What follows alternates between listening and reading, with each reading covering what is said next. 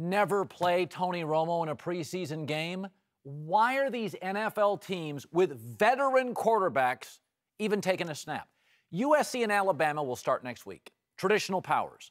Both quarterbacks will take their first collegiate snap and will be asked to be at their best as 19-year-olds.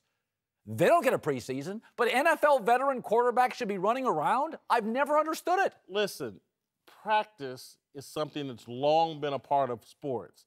That's all this is. You can't hold Romo and these guys out of everything. Professional players are held to a higher standard than college football. The level of play we're expecting from a professional higher than some 19-year-old kid. And a lot of these big-time programs, they start off their season playing some mid-American conference school, picking on my Ball State Cardinals or someone like that, which is basically a preseason game for a lot of them. So, listen, I don't have a problem with Romo being out there.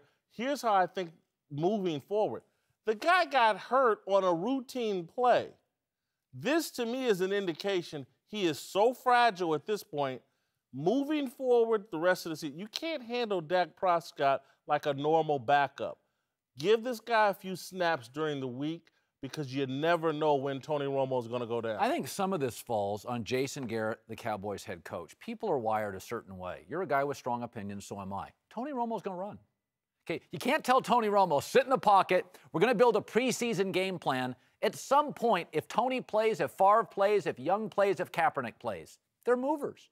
They're escape guys. So I think I really do. I think some of this is on the Cowboys coaching staff. If you're going to play Romo, then you better understand this is a possible scenario.